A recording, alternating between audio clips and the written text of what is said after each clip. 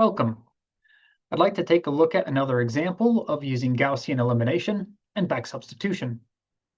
Again, the goal of Gaussian elimination is for us to get rid of these three things.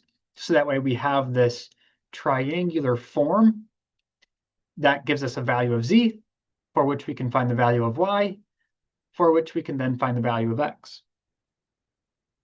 Now, this particular form is not convenient because I don't have an x right here. I mean, I have two x's. I have an x, but I have two of them. And I'd rather it just be one x because that's going to make things a little bit easier to eliminate.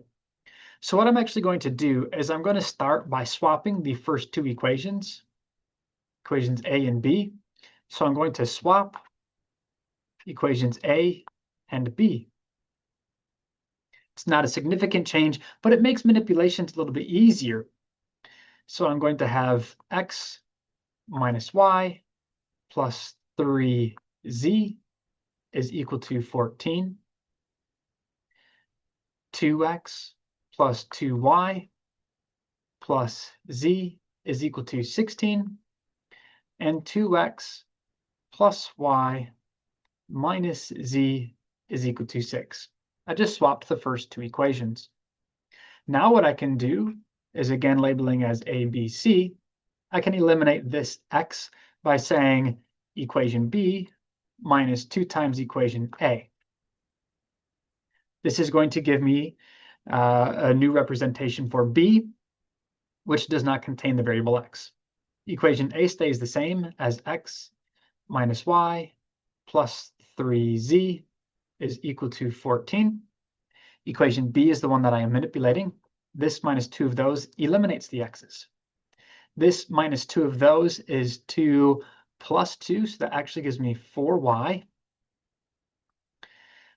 This minus 2 of those, so 1 minus 6 is a negative 5z.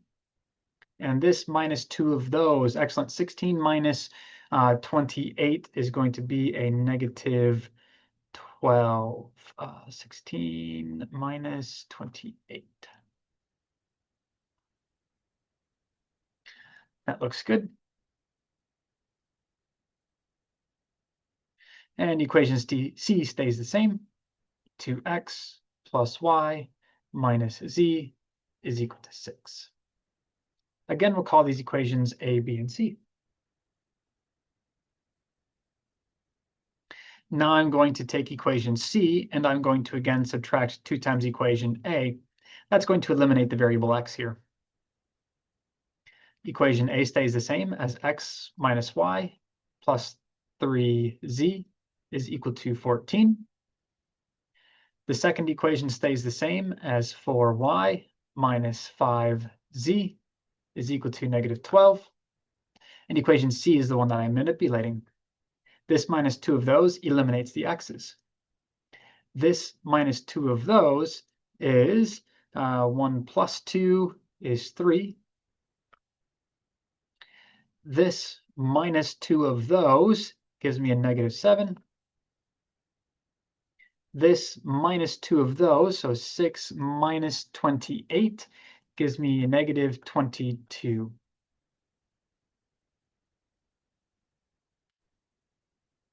All right, equation A, B, and C.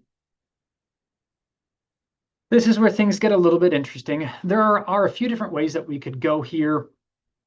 What we could do is we could say something like, if we wanted to get rid of this, we could take 4 times equation C and subtract 3 times equation B.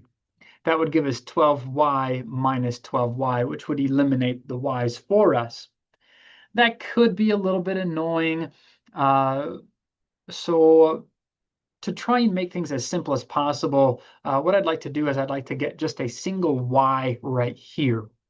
In order to do that, this is going to seem really silly, but it's okay. It's perfectly fine to do these things. I could divide this entire equation by 4, but that would leave me with fractional coefficients here, and I don't particularly like that. But if I take equation B and subtract equation C, then I'm left with just one y. So while it's not terribly productive getting me to eliminate, right, I'm not eliminating in this particular action, but it does make the elimination a little bit easier. And sometimes that's a convenient way to go. So my first equation stays the same, x minus y plus 3z is equal to 14. The second equation is the one I'm manipulating. 4 minus 3 is 1y. Negative 5 minus 7 gives me a positive 2z.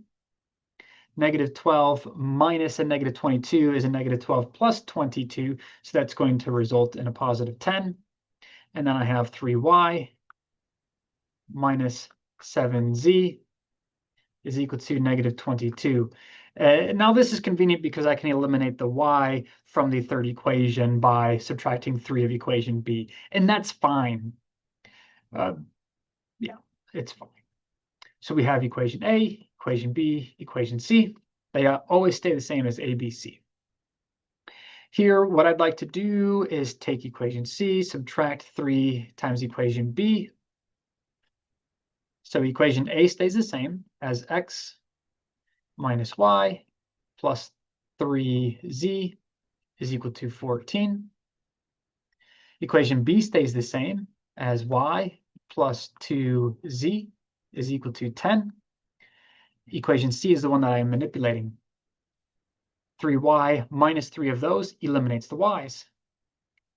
Negative 7z minus 3 of those, well, negative 7 minus 6 gives me a negative 13z. All right. 22 minus 3 of those would be, negative 22 minus 3 of those would be negative 22 minus 30, which is a negative 52. That's not so bad. The numbers are a little bit bigger, but this is actually quite convenient because you can think of a deck of cards here, right? 13 cards in each suit, 52 cards in a deck of cards. So we should recognize that there are 4 suits. So negative 13z is equal to negative 52, right? We have that triangular form, so I can perform back substitution now. This gives me z is equal to 4. Once I have z is equal to 4, I can plug that into the equation above. Y plus 2 times 4 is equal to 10. I can subtract the 8 from both sides to find that y is equal to 2. Now I can plug these into the first equation. So I'm going to get x minus our y value of 2 plus 3 times our z value of 4 is equal to 14.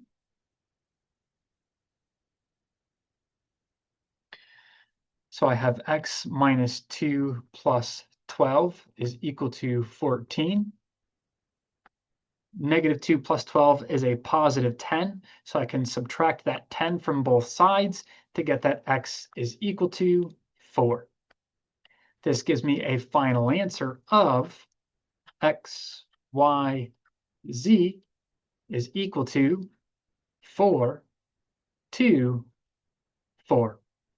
It would certainly be a good idea for us to check these solutions, which we can do by plugging into the original 3 equations, right? 3 equations to verify there with this particular solution. Excellent.